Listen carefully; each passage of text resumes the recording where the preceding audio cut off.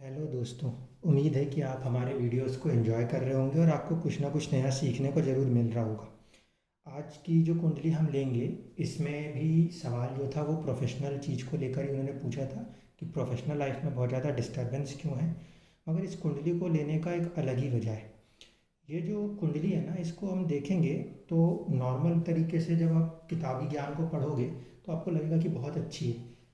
यहाँ पे हम देखेंगे अगर जब कुंडली में तो बहुत सारे ग्रह कुछ उच्च के दिखेंगे, तो कुछ बहुत अच्छे प्लेस दिखेंगे, मगर उसके बाद भी जो है इंसान की ज़िंदगी में बहुत ज़्यादा परेशानियाँ हैं। तो मैं इस कुंडली विश्लेषण के ज़रिए ये समझाना चाहूँगा कि आप यूट्यूब के वीडियोस को देखते हैं और उसको अपन डायरेक्टली लगाने की कोशिश कर रहे थे। ऐसी गलतियाँ भूल कर ना करें, क्योंकि वो जो चीज़ें बता रहे हैं वो आधा ज्ञान है। क्योंकि उसमें तो सिर्फ ऊपर की एक चीज़ आपको दिखाई दे रही है, उसमें हो क्या रहा है वैसा बिल्कुल अलग भी हो सकता है ज़िंदगी में। इस कारण से जब कभी भी आप किसी भी कुंडली के विश्लेषण को समझें तो सिर्फ एक कुंडली को देखकर कोई भी फैसला ना कर लें, नहीं तो वो पूरी तरीके से गलत साबित हो जाएगा। इस कुंडली के अंदर हम बात करते हैं, ये जो जातक हैं इनका जन्म भी भारत में हुआ था और ये अभी यूके में हैं। इनका जो मेन प्रॉब्लम है वो ये है कि प्रोफेशनल लाइफ इनकी बिल्कुल ट्रबल में चल रही है। तो इस कुंडली में आखिर ऐसा क्या है कि एक नॉर्मल कुंडली का विश्लेषण करते वक्त जो चीज़ें दिखती हैं वो और जो हकीकत में हो रही चीज़ें हैं उसमें अंतर दिखने को मिलेगा। जब मैं भी किताबी ज्ञान के तरीके से कुंडलियों को देखता था तो उस टाइम के हिसाब से ये मेरे से मिले थे 2019-20 में। मैंने भी इनको उसी ज्ञान के हिसाब से बता दिया था, लेकिन फिर प्रॉब्लम बार बार आने लगी। तो फिर मैंने कहा कि आखिर हो क्या रहा है, क्यों जो लिखी हुई बातें हैं वो फेल हो जा रही हैं। जितने वीडियो हम देख रहे हैं, बने हुए चीज़ों को हम देख रहे हैं, वो क्यों गलत हो रही है। वैदिक मैथ्स और वैदिक एस्ट्रोलॉजी दोनों एक ही साथ दी गई हैं, तो फिर वैदिक मैथ्स तो बिल्कुल सही जा रही है, वैदिक एस्ट्रोलॉजी की पता नहीं पिक्चर क्यों बदल जाती है। तो अगर मैथमेटिक्स में एक फार्मूला दिया रहता है तो बच्चा जब उसके ऊपर काम करता है तो फार्मूला सही है, बट हो सकता है बच्चे ने कैलकुलेशन में कुछ मिस्टेक कर दी होगी, इसलिए उसके रिजल्ट्स जो होंगे वो फार्मूला सही होने के बाद भी गलत आएंगे। वैसे ही कुछ मेरे को लगता है कि एस्ट्रोलॉजर्स के साथ भी हो रहा है कि सूत्र तो उन्होंने सही पढ़े हैं, लेकिन जब उसको अप्लाई कर रहे हैं ना, वो कहीं ना कहीं उनसे गलतियाँ हो रही हैं। वो दिखा रहे हैं कि देखिए उच्च जगह बैठा है ये मिलेगा, वो बैठा है वो मिलेगा, मगर ज़िंदगी में वो चीज़ दिख नहीं रही। यही कारण है कि एस्ट्रो के अंदर रिसर्च जो है ना उसकी एक ज़रूरत सी महसूस हो रही है। अब इस कुंडली के अंदर हम आते हैं और आज की इस वीडियो के बाद मैं उम्मीद करता हूँ कि आप इस बात को समझ जाएंगे कि आपको बस एक कुंडली देख के बहुत जल्दी किसी फैसले पे नहीं आना कि अरे मेरे पास तो उच्च का ग्रह है, मेरे पास तो राज ही हो गया। ये सबको अपने को नहीं सोचना, अपने को क्या देखना है और कैसे देखना है, इसको आप ठंडे दिमाग से समझ लीजिएगा। ये जो कुंडली आई है ये है 3 नंबर यहाँ पे लिखा हुआ है। ये कुंडली का पहला घर होता है। इस पहले घर को हम कहते हैं हमेशा लगन। तो पहले घर को लगन कहते हैं, ये सबसे पहली गलती है, क्योंकि इस चीज़ को जब हम देखेंगे तो हम आधी प्रिडिक्शन वहीं गलत कर देंगे। जो ये पहला घर होता है, इस पहले घर का एक मध्य होता है, वो मिड पॉइंट जो होता है उस पे जो राशि उदित होती है उसकी डिग्री को लगन कहते हैं। ये है वो डिग्री, 25 डिग्री इस राशि की।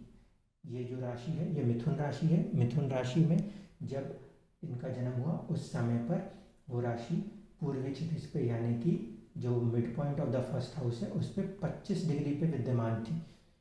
उस समय वहाँ पे जो नक्षत्र मौजूद था वो पुनर्वसु नक्षत्र था। पुनर्वसु नक्षत्र जो होता है उसके जो स्वामी होते हैं वो होते हैं गुरु देवता। अब अगर आप पुराने वाले पद्धतियों से किताबी ज्ञान से चलेंगे तो आपको ऐसा लगेगा 3 नंबर लगन हो गया, 3 नंबर का स्वामी लग्नेश हो गया, तो ठीक है। अगर ये लगन हो गया और ये लग्नेश हो गया तो ये लग्नेश तो भाग्य में बैठा है और वो भी मित्र के घर में बैठा है, अपने मित्र के साथ बैठा है।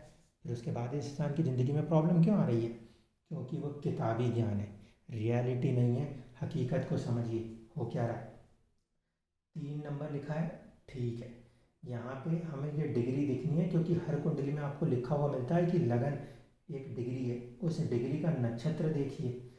इस डिग्री का नक्षत्र जो है वो यहाँ पे पुनर्वसु है। नक्षत्र के स्वामी हैं गुरु देवता और गुरु जो हैं वो 12वें घर में गए हैं। 12वां घर होता है विदेश का।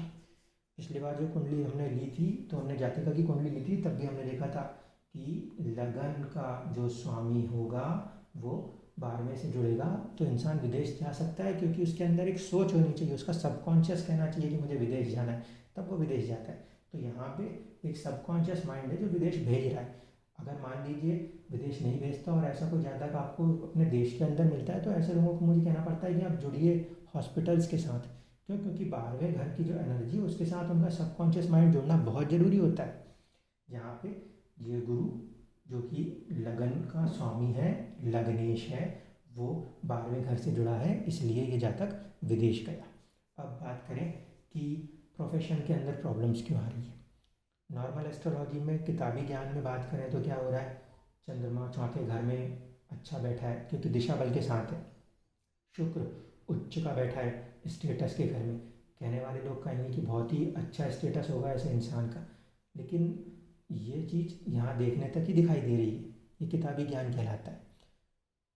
इसी भाव के बारे में आज हम बात कर रहे हैं। ये 10th हाउस है, ये प्रोफेशन का हाउस है, और प्रोफेशन का हाउस ही असल में स्टेटस का हाउस है। स्टेटस के हाउस में भले शुक्र बैठा है, उच्च का बैठा है, लेकिन उसके बाद भी ये इंसान को प्रॉब्लम क्यों आ रही है, यहाँ पे ही आपको समझना है कि कुंडली में जो चीज़ें दिख रही हैं उसको देख के यकीन करना है कि आपको उसमें हकीकत में खोज करनी है। आइए ज़रा इस कुंडली के अंदर इस 10वें भाव को खोज के देखते हैं हो क्या रहा है।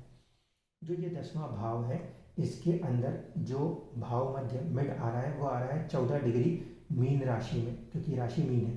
तो मीन राशि में जब 14 डिग्री आया तो उस समय वहाँ का जो नक्षत्र है वो है उत्तराभाद्र। ये जो उत्तराभाद्र नक्षत्र होते हैं इसके स्वामी होते हैं शनिदेव। इस कुंडली में शनिदेव जो हैं यहाँ पे बैठे हुए हैं, दूसरे भाव में बैठे। अब देखने वाला कहेगा किस्मत के घर का स्वामी धन भाव में गया है, बहुत ज़्यादा धन होना चाहिए। ठीक है, यहाँ पे धन भाव में गया है, धन होना चाहिए, मगर जब यह इंसान के पास उसके प्रोफेशन में ही प्रॉब्लम है तो धन कहाँ से आएगा। यहाँ से देख के किसी चीज़ को नहीं उछलना है, यहाँ पे आना है 10th हाउस के अंदर। हम जो पॉइंट देख रहे हैं कि हमें हाउस का जो मिड पॉइंट है, जैसे लगन के लिए मिड पॉइंट काम करता है, वैसे हर भाव के लिए मिड पॉइंट काम करता है। वो मिड पॉइंट को ही मैं हमेशा आत्मा कहता हूँ। इस भाव की जो आत्मा है वो शनि के पास है। शनि यहाँ पे बैठे हैं, वो उनकी दोस्त की राशि तो नहीं है लेकिन दुश्मन की राशि भी नहीं है, इसलिए वो वहाँ पे तो न्यूट्रल है। शनि यहाँ पे वक्री है। वक्री का मेरा मतलब होता है साइंटिफिकली कि उस प्लैनेट के पास एक एक्स्ट्रा वेलोसिटी आ गई है, इसका मतलब उसकी काइनेटिक एनर्जी ज़्यादा है। लेकिन जब हम इस कुंडली में षडबल में गए तो हमने देखा कि शनि का जो षडबल है, यानी कि उसकी जो स्ट्रेंथ है वो 89% पे टिक रही है और मर्क्यूरी की स्ट्रेंथ 72% पे टिक रही है। तो ये जो मिनिमम रिक्वायरमेंट होनी चाहिए 100% स्ट्रेंथ की, ये प्लैनेट उस स्ट्रेंथ को फुलफिल नहीं कर रहा। इस कारण से भले ये इंसान किसी भी जगह पे कोशिश कर रहा है, वहाँ पे वो सक्सेस नहीं हो पा रहा। क्यों? क्योंकि इस भाव की जो मिड पॉइंट वैल्यू आई है, उसका जो स्वामी है उसमें स्ट्रेंथ नहीं आ रही। अब यहाँ पे इस प्रॉब्लम को सॉल्व करने के लिए मैंने इनसे कह दिया कि आप नीलम रतन धारण कर लीजिए। और क्योंकि ये फर्स्ट हाउस है, फर्स्ट हाउस जो होता है वो आपकी पर्सनैलिटी है, तो पर्सनैलिटी में भी कुछ कमी दिखी मुझे, तो मैंने बोला आप पन्ना रतन भी धारण कर लीजिए। यहाँ तक ठीक है। अब ये 2 रतन धारण करने के साथ क्या ये कुंडली राजयोग में परिवर्तित हो जाएगी? मैं कह रहा हूँ कि इसके बाद भी ये कुंडली राजयोग में परिवर्तित नहीं होगी। और क्यों नहीं होगी और कब तक नहीं होगी ये भी बताता हूँ। इस कुंडली के अंदर ये जो 10वें घर का स्वामी है, इसमें हम देखें वो गुरु खुद है। वो गुरु 12वें घर में गए हुए, और 12वें घर का स्वामी जो है वो इस कुंडली के 10वें भाव में आया है। इसे कहेंगे राशि परिवर्तन, जो कि किताबी ज्ञान में राशि परिवर्तन है। अब इनका जो काम होना चाहिए वो विदेश से जुड़ के होना चाहिए। ये विदेश जा चुके हैं और वहाँ पे काम कर रहे हैं, तो वहाँ तक भी बात ठीक है कि वो चीज़ काम तो हो रही है। शुक्र 12वें घर के साथ साथ 5वें घर का भी स्वामी है, इसलिए हमें ये नहीं भूलना है कि शुक्र की मूल त्रिकोण राशि 5वें घर में है, तो इसको 10वें घर में अच्छा फल देना चाहिए। लेकिन प्रॉब्लम क्या आ रही है, इसको समझने की ज़रूरत है। प्रॉब्लम ये आ रही है कि इस कुंडली के अंदर जो किस्मत भाव है, जिसके कि मालिक शनिदेव हैं, वो किस्मत वाली जो कुंडली है, नवमांश कुंडली, वहाँ पे जब आप देखेंगे तो वो आपको मिलेंगे मूल नक्षत्र में। ये जो कुंडली बनी है इसमें जो मैंने लगन बनाया है ये नवमांश वाला लगन नहीं है, यहाँ पे मेरे को ज़रूरत है इस 9th हाउस के लॉर्ड की, इसलिए मैंने शनि यहाँ बैठे हैं उनको लगन बनाया है। और वैसे भी सॉफ्टवेयर में जितने भी नवमांश दशमांश कैलकुलेट होते हैं वो सब के सब आपके लगन की डिग्री से कैलकुलेट होते हैं, इसलिए वो सिर्फ सोच बताते हैं, हकीकत नहीं बताते। हकीकत जो होगी उसके लिए इस भाव को ही डिवाइड करना पड़ेगा, तब जाके वो लगन बनेगा। खैर वो हमारी इस समय कोई चर्चा का विषय नहीं है। हमारे को ये समझना है कि क्यों ये कुंडली में इतने सारे योग दिखने के बाद भी वो योग काम नहीं कर रहे। तो मैं पहली चीज़ जो बता रहा हूँ वो ये कि जो कर्म है कि जिसके दम पे इंसान खड़ा होता है, स्टेटस है, उसका स्वामी स्ट्रेंथ में कमज़ोर है। अब मैंने स्ट्रेंथ बढ़ाने को दे दिया, अब इसमें प्रॉब्लम क्या आनी है मैं ये बताने की कोशिश कर रहा हूँ।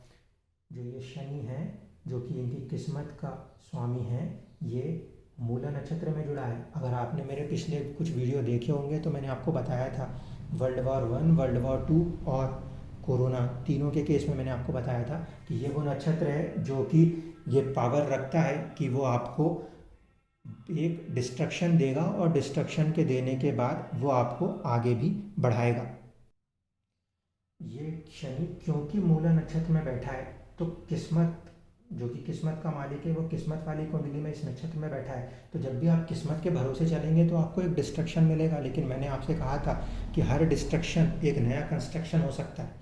तो आपको ये समझना ज़रूरी है कि ये किस्मत के भरोसे आप जब तक चल रहे हो आप डिस्ट्रैक्ट हो रहे हो। अगर इस पर्टिकुलर प्लैनेट शनि को देख लें जो कि किस्मत का मालिक है, वो बहुत ही हार्ड एफर्ट का प्लैनेट है। अगर आप अपने हार्ड एफर्ट पर आ जाओगे तो ये जितना डिस्ट्रक्शन आपको देखने को मिल रहा है ये कन्वर्ट हो जाएगा एक न्यू कंस्ट्रक्शन में। आपको नीलम रतन पहनना है क्योंकि हमें यहाँ पे इसकी स्ट्रेंथ बढ़ानी है इस पॉइंट ऑफ व्यू पे। लेकिन यहाँ पे किस्मत के पॉइंट ऑफ व्यू पे आपने कई बार कई सारे रत्नों को पहना और आप हर बार परेशान होते रहे। आपका जन्म जो है वो 1977 का है, आज तक आपने बहुत बार ही कितने पंडितों से बात करी और प्रॉब्लम हमेशा आपको आई। क्यों? क्योंकि किस्मत जो है वो डिस्ट्रक्शन की तरफ जा रही है। अब अगर मैं यहाँ पे शनि के रत्न को पहना रहा हूँ तो मैं आपसे एक गुजारिश खुले तौर पे कर रहा हूँ कि आप मेडिटेशन में जाइए। क्यों? क्योंकि ये जो नक्षत्र है ये केतु का है। यहाँ पे केतु और शनि दोनों का प्रभाव इस नक्षत्र पे है जो कि डिस्ट्रक्शन का कारण है।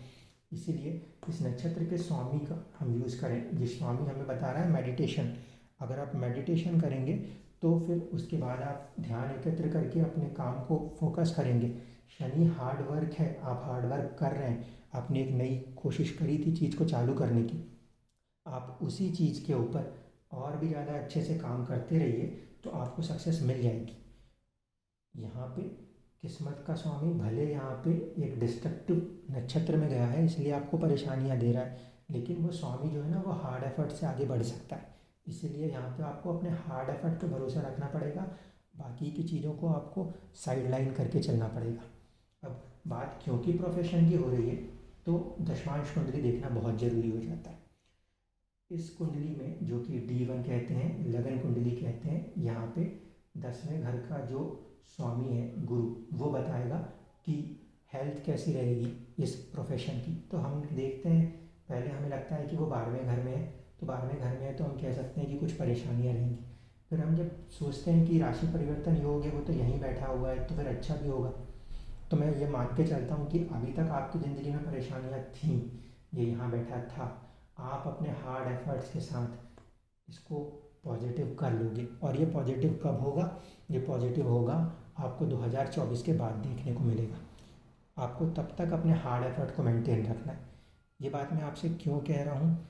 इसलिए कह रहा हूँ क्योंकि ये जो स्वामी है गुरु, जब हम इसको D10 यानी कि कर्म क्षेत्र की कुंडली में लेके गए हैं तो यहाँ पे ये जिस राशि में आया है वहाँ पे वो नीच का हो रहा है, यानी आपके आसपास का माहौल आपको परेशान करता रहेगा, आपको उसके साथ निकलना पड़ेगा।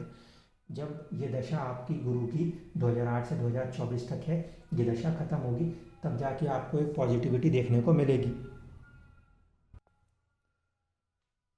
यहाँ पे ये गुरु क्योंकि एक नीच राशि में गए हैं इसलिए आपको आपकी जो सराउंडिंग मिलेगी उसमें आपको हमेशा चैलेंजेस मिलेंगे। यहाँ पे देख के भी हम कह सकते हैं कि आपको एक गुप्त शत्रु वाली प्रॉब्लम हमेशा मेंटेन रहेगी। यहाँ पे जाके हम इसको बहुत ज़्यादा स्ट्रांगली कह सकते हैं कि आपको जो सराउंडिंग एनवायरनमेंट है उसमें काफ़ी स्ट्रगल रहेगा। 2008 से 2024 तक ये स्ट्रगल पूरा बना रहेगा। लेकिन ये बात को ध्यान से देखिए कि किस्मत में भी और कर्म में भी कुछ चीज़ें पॉजिटिव हैं। यहाँ पे मंगल जो है ये त्रिकोण भाव में आए हैं, और सूर्य और चंद्रमा यानी कि आपका आत्मबल जो है वो आपके पास अभी भी अच्छा सा मेंटेन है, इसलिए आप आगे बढ़ सकते हो। जब ये दशा खत्म होगी तो शनि की दशा आएगी, जो कि 8वें घर में बैठे हैं। 8वां घर जो होता है वो ट्रांसफॉर्मेशन का होता है, बदलाव आ सकता है और पूरी तरीके से बदलाव आ सकता है। यहाँ पे हम जब देख रहे हैं मंगल की आप पे दशा चल रही है, आपने अपने काम को शुरू किया है, आप उसमें पूरा अपना हार्ड एफर्ट लगाए रखिए, तो आपको पूरी तरीके से सक्सेस मिलेगी। क्योंकि लगन कुंडली में 10वें भाव के जो स्वामी थे वो दशमांश कुंडली में श्रवण नक्षत्र चंद्रमा के नक्षत्र से जुड़े थे। ये कारण है कि आप पैसों से जुड़े हुए काम को कर रहे हैं। और मैंने अपने पिछले कुछ वीडियोस में भी आपको बताया था, जब हमने एक जातिका की कुंडली देखी थी तो वहाँ पे भी चंद्रमा के नक्षत्र में ही आपके लगन के जो 10th हाउस का स्वामी गया था, उनका भी बैंकिंग और पैसे से जुड़ा हुआ काम था। मनमोहन सिंह जी की कुंडली से मेरे को ये बात पकड़ में आई थी कि जब भी किसी भी कुंडली में उनका 10वें भाव का स्वामी चंद्रमा के नक्षत्र से जुड़ रहा है तो कहीं ना कहीं इंसान जो है वो पैसे से जुड़े हुए कामों में ही जा रहा है। तो आप भी उस काम में गए हैं, यहाँ तक ठीक है। अब हमें यूज़ किस चीज़ को करना है और कैसे करना है। इस कुंडली के अंदर जो शुक्र है उसको देखें, वो वर्गोत्तम है, यानी किस्मत में भी वो उच्च का है और लगन में भी वो उच्च का है। और साथ ही साथ यहाँ पे देखें तो सूर्य भी उच्च का है, चंद्रमा भी उच्च का है और मंगल भी मित्र क्षेत्रीय है। इस कारण से मैं आपसे कहूँगा कि किस्मत में मान लिया मैंने कि आपका शनि प्रॉब्लम कर रहा है, केतु प्रॉब्लम कर रहा है, लेकिन बाकी के ग्रह आपको पूरी तरह से सपोर्ट कर सकते हैं। आप सिर्फ अपने हार्ड एफर्ट्स के साथ आगे बढ़ते जाएंगे और जैसे जैसे ये दशाएं आपको आगे मिलती जाएंगी आप अपने आप को ग्रो करेंगे। मेन चीज़ ये है कि आप फोकस करिए। केतु कंसंट्रेशन, फोकस, फोकस किस चीज़ के ऊपर, मेडिटेशन किस चीज़ के ऊपर, अपने किसी भी काम के ऊपर जो आप एक काम कर रहे हैं उस पर इतना फोकस कीजिए कि वो आपको फुल एंड फाइनल सक्सेस देगा। हार्ड एफर्ट ज़रूर लगेंगे लेकिन आपको पूरी तरह से सक्सेस ज़रूर मिलेगी। यहाँ पे ये वाली बात बताना बहुत ज़रूरी है कि जब कभी भी कोई सा भी रत्न धारण करते हैं तो कम से कम सामने वाले जातक को पूरी हकीकत बता दें। जैसे इनके लिए मैं बता रहा हूँ कि यहाँ पे मुझे ज़रूरत है स्टेटस हाउस के प्लैनेट को स्ट्रेंथ देने की, लेकिन क्योंकि वो किस्मत को डिस्ट्रॉय करता है, इसलिए मैं पहले ही बोल रहा हूँ कि यहाँ पे किस्मत में डिस्ट्रक्शन वाली प्रॉब्लम्स आती हुई दिख रही हैं। आपको उसका उपाय भी पैरेलल करना है। ऐसा नहीं कि आप नीलम पहन लें और मेडिटेशन ना करें। आप मेडिटेशन ज़रूर करें और अपने काम पे बिल्कुल फोकस होइए। कुंडली यही रहेगी। आप आज तक बहुत सारे लोगों से ये कुंडलियाँ पूछ चुके होंगे। जो बात आपको नहीं समझ में आई वो ये थी कि आखिर ऐसा हो क्यों रहा है। आज मैं आपको क्लियरली बोल रहा हूँ, आप अभी तक किस्मत के भरोसे थे, इसलिए किस्मत आपको हमेशा बर्बाद करती हुई दिखेगी। आप इस किस्मत के भरोसे से उठ के इस ग्रह के भरोसे आइए जो कर्म का है। इस पे आप जब चलने लगेंगे तो ये दशा आप कुछ ही समय की बची है, 8 से 24 तक, जिसमें आप 22 तक तो ऑलमोस्ट मान लीजिए कि निकल ही चली। क्योंकि मंगल में आपने अपना काम शुरू कर दिया है, इसलिए मैं कह रहा हूँ कि अब मान के चल रहे हैं कि ये कम से कम दशा एक दिशा दे चुकी है। इस दिशा में आप बहुत अच्छे से आगे बढ़िए और पूरी मेहनत से आगे बढ़िए। सक्सेस आपकी ही होगी। Thank you. और